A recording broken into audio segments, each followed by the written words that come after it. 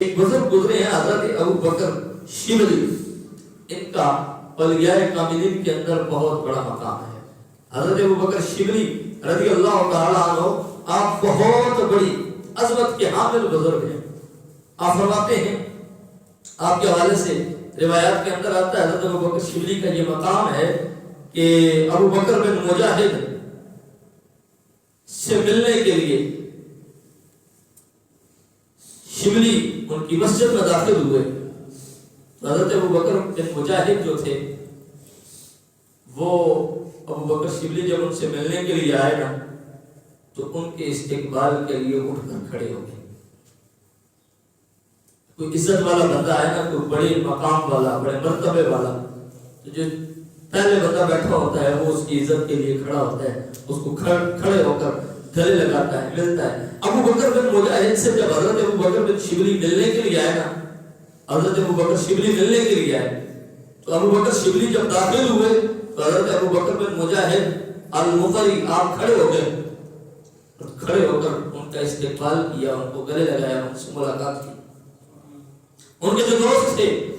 وہ بڑے حیران ہوئے، وہ کہنے لگے ابن مجاہد، ابو بکر بن مجاہد تو وہ بندہ ہے کہ بڑے سے بڑا بادشاہ بھی آ جائے تو کھڑا نہیں ہوتا، عیسیٰ بن علی وزیر ہے جو اس وقت کا، وہ آ جاتا ہے تیری محفل میں، تو اس کے استقبال کے لیے بھی نہیں کھڑا ہوتا، تو یہ کون خوش نصیب ہے کہ جو آج تیری مجلس میں آیا ہے تو اس کے استقبال کے لیے اٹھ کر کھڑا ہو گیا ہے۔ حضرت ابو بکر شبلی فرمانے لگے، حضرت ابو بکر بن مجاہد کہنے لگے کہ یہ ابو بکر شبلی ہے، میں اس کے استقبال کے لیے کھڑا ہوا ہوں، اور میں اس کا استقبال کیوں نہ کروں کہ جو ابو بکر شبلی رسول کی مجلس میں جاتا ہے تو حضور اس کا استقبال کرتے ہیں، حضور کھڑے ہو کر ابو بکر شبلی کا استقبال کرتے ہیں، اور ابو بکر شبلی کی پیشانی کو چوم کر حضور ان کو گلے لگاتے ہیں، ان سے مصافحہ کرتے ہیں۔ تو جس ابو بکر شبلی سے حضور اتنا پیار کرے، حضور اتنی محبت کرے، اور حضور ابو بکر شبلی کا اگر اس انداز سے استقبال کرتے ہیں تو میں ابو بکر شبلی کا استقبال کیوں نہ کروں؟ تو فرمایا کہ یہ کام کیسے ہوا؟ آپ کو کیسے پتا کہ حضور صلی اللہ علیہ وسلم ابو بکر شبلی سے اتنی محبت کرتے ہیں؟ فرمایا ہوا ایسے کہ میں نے خواب میں نبی اکرم صلی اللہ علیہ وسلم کو دیکھا، مجھے حضور صلی اللہ علیہ وسلم کی زیارت ہوئی، اور حضور صلی اللہ علیہ وسلم نے فرمایا اے ابو بکر بن مجاہد، ان قریب تیرے پاس ایک شخص آئے گا جو اہل جنت میں سے ہوگا، جب وہ آئے تو اس کی عزت کرنا۔ حضرت ابو بکر بن مجاہد فرماتے ہیں کہ اس بات کو گزرے ہوئے جب 2 راتیں ہو گئی تو میں نے نبی اکرم صلی اللہ علیہ وسلم کو دیکھا، آپ نے فرمایا دوبارہ پھر زیارت ہوئی، حضرت ابو بکر شبلی آئے، میں نے ان کا استقبال بھی کر لیا، کیونکہ حضور نے کہا تھا کہ جو شخص آئے اس کا استقبال کرنا، اس کی عزت کرنا۔ کہتے ہیں میں نے عزت بھی کی، استقبال بھی کیا، 2 دن 2 راتیں گزر گئی، تیسری رات پھر حضور کا دیدار ہوا، اور حضور اپنی مبارک زبان سے یہ الفاظ ارشاد فرما رہے تھے کہ اکرما اللہ کما اکرمت رجلا من اہل الجنہ، فرمایا اے ابو بکر بن مجاہد، اللہ تعالیٰ تجھے اتنی عزتیں عطا فرمائے اور تیری عزتوں کے اندر اللہ اضافہ فرمائے کہ تو نے اس شخص کی عزت کی جو اہل جنت میں سے تھا۔ حضرت ابو بکر بن مجاہد کہنے لگے، میں نے عرض کی یا رسول اللہ، اس دن بھی آپ نے کہا کہ جو شخص آئے اس کا استقبال کرنا، میں نے استقبال بھی کیا ہے، آپ مجھے بتائیں تو صحیح کہ اس شخص کے اندر کمال کیا ہے؟ وہ شبلی ابو بکر شبلی جسے دنیا پاگل اور مجذوب سمجھتی ہے، اس کے اندر کون سی ایسی کمال کی بات ہے کہ آپ نے مجھے اس کا کھڑے ہو کر استقبال کرنے کے لیے، اس کی عزت کرنے کے لیے کہا، اور آپ فرماتے ہیں کہ وہ اہل جنت میں سے ہے؟ تو فرمایا کہ شبلی میری بارگاہ کے اندر بڑا منظور نظر ہے، میرا بڑا قریبی ہے شبلی۔ تو فرمایا میں نے یا رسول اللہ کہ وہ اس کو اتنا قرب کیسے حاصل ہوا، وہ آپ کے اتنا قریب کیسے ہو گیا؟ تو آپ نے فرمایا کہ یہ شخص 5 نمازیں جب پڑھتا ہے نا، فرض نمازیں جب 5 ادا کرتا ہے تو ہر نماز کے بعد مجھے یاد کرتا ہے اور میرا ذکر کرتا ہے، اور یہ ہے کلمہ لقد جاءکم رسول من انفسکم عزیز علیہ ما عنتم حریص علیکم بالمؤمنین رؤوف الرحیم، یہ ہے کلمہ جو ہے وہ 80 سال سے تلاوت کر رہا ہے، 80 سال ہو گئے ہیں شیخ شبلی کو۔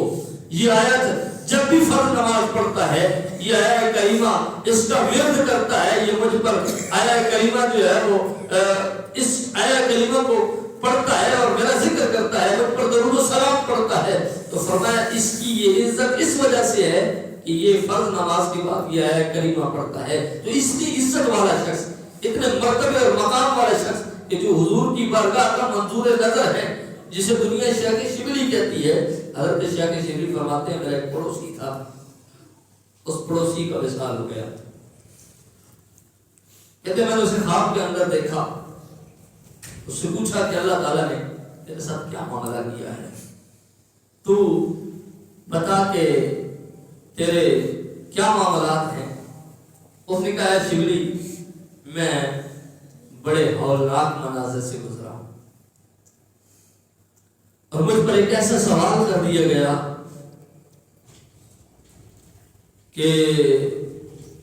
میں اس سوال کی وجہ سے پریشان ہو گیا اور میں نے اپنے آپ سے پوچھا، اپنے آپ سے یہ بات ذہن کے اندر دوڑائی، خیال کیا کہ اے شخص تو تیرا خاتمہ ایمان پر نہیں ہوا، تو ایمان پر نہیں مرا کہ تو اسے ایسا سوال کیا۔ فرمایا مجھے آواز دی گئی کہ یہ تیری زبان کا وبال ہے جو دنیا میں تو اسے بے جا استعمال کرتا رہا، یعنی جو زبان کو جہاں ضرورت تھی نہیں تھی تو بے دریغ اس کو جیسا الٹا سیدھا آتا رہا استعمال کرتا رہا، یہ اس زبان کا وبال ہے۔ کہتے ہیں عذاب کے فرشتے میری طرف مائل ہونے لگے، تو اسی وقت میرے اور فرشتوں کے درمیان ایک خوبصورت معطر اور حسین وجود والی شخصیت نمودار ہوئی اور اس نے مجھے اس سوال کا جواب سکھا دیا۔ کہتے میں نے سوال کا جواب دے دیا، جب سوال کا جواب دیا تو فرشتے جو ہے وہ جو عذاب دینے کے لیے میری طرف بڑھ رہے تھے وہ واپس چلے گئے۔ اللہ تعالیٰ نے میرے لیے معاملات کے اندر آسانی پیدا فرما دی۔ کہتے میں نے ذہن کے اندر یہ خیال کیا کہ یہ کون شخص ایسا ہو سکتا ہے کہ جو میری مدد کر رہا ہے، اور میں نے ان سے پوچھا کہ آپ کون ہیں، اللہ آپ پر رحم فرمائے، کون ہیں آپ کہ اس مشکل وقت کے اندر آپ نے میری مدد کی۔ اس نے کہا میں وہ شخص ہوں جسے اللہ تعالیٰ نے تیرے کثرت سے نبی اکرم صلی اللہ علیہ وسلم پر درود پڑھنے کی وجہ سے پیدا فرمایا ہے۔ جو حضور پر تو ہر وقت درود پڑھتا رہتا تھا نا، اس کثرت سے درود پڑھنے کی وجہ سے اللہ تعالیٰ نے مجھے پیدا فرمایا ہے، اور جب بھی کوئی تجھے مشکل پڑے گی، جب بھی تو کسی پریشانی کے اندر ہوگا، مجھے بنایا اس لیے گیا ہے کہ میں تیری مدد کرنے کے لیے ہوں۔ تو جو مصطفیٰ کی ذات پر کثرت سے درود پڑھتے ہیں